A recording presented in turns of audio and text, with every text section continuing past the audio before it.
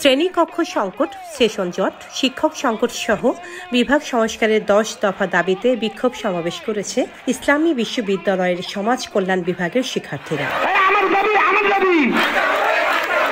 শনিবার সকাল 9টায় বিশ্ববিদ্যালয়ের প্রশাসন ভবনের সামনে অবস্থান নিয়ে বিক্ষোভ করেন ওই বিভাগের 3 শতাধিক শিক্ষার্থী। এ সময় তারা দাবি সম্বলিত বিভিন্ন ধরনের স্লোগান ও প্লাকার্ড প্রদর্শন করেন।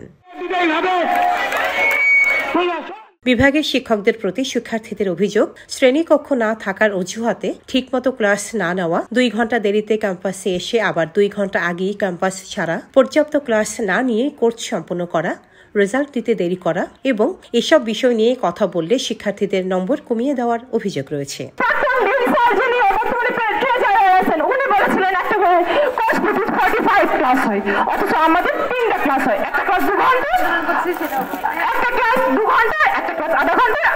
পরীক্ষার আগের দিন কেন, কিসের জন্য? আমরা কি এখানে কি হাওয়া খেতে আসছি? এর আগে ছিল তেল বাজেট দিন, কিছু গুটি কত ছেলে মেয়েগুলো স্ক্রিনশট ভাইরাল করে। একটা এসএমএস আমরা নোটিশ গ্রুপে দেওয়ার আগে সাপ থেকে ফোন আসে, প্যান থেকে ফোন আসে, তোমাদের গ্রুপে নোটিশ দেওয়া হয়েছে নাকি?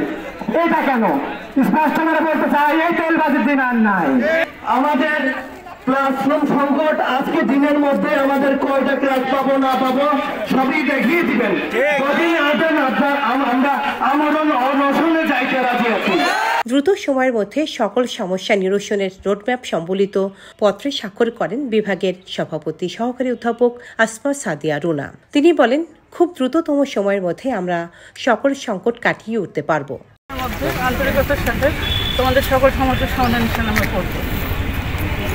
কোষাধ্যক্ষ অধ্যাপক ডক্টর জাহাঙ্গীর আলম বলেন, বিভাগের শিক্ষক শিক্ষার্থীদের সঙ্গে আমাদের কথা হয়েছে।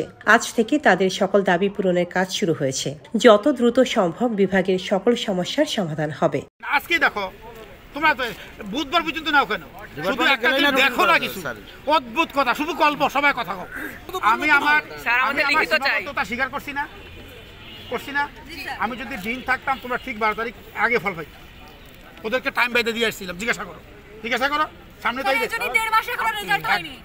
এখন আজকে আমি যাব, আজকে ওরা যদি রাতও লাগে আমি গাড়ির ব্যবস্থা করবো। আজকে দুপুর 12টায় বিশ্ববিদ্যালয়ের প্রশাসন ও বিভাগের শিক্ষকরা দাবি মেনে নেওয়ার আশ্বাস দিলে আন্দোলন স্থগিত করেন শিক্ষার্থীরা। ডেস্ক রিপোর্ট, সাম্প্রতিক দেশকাল।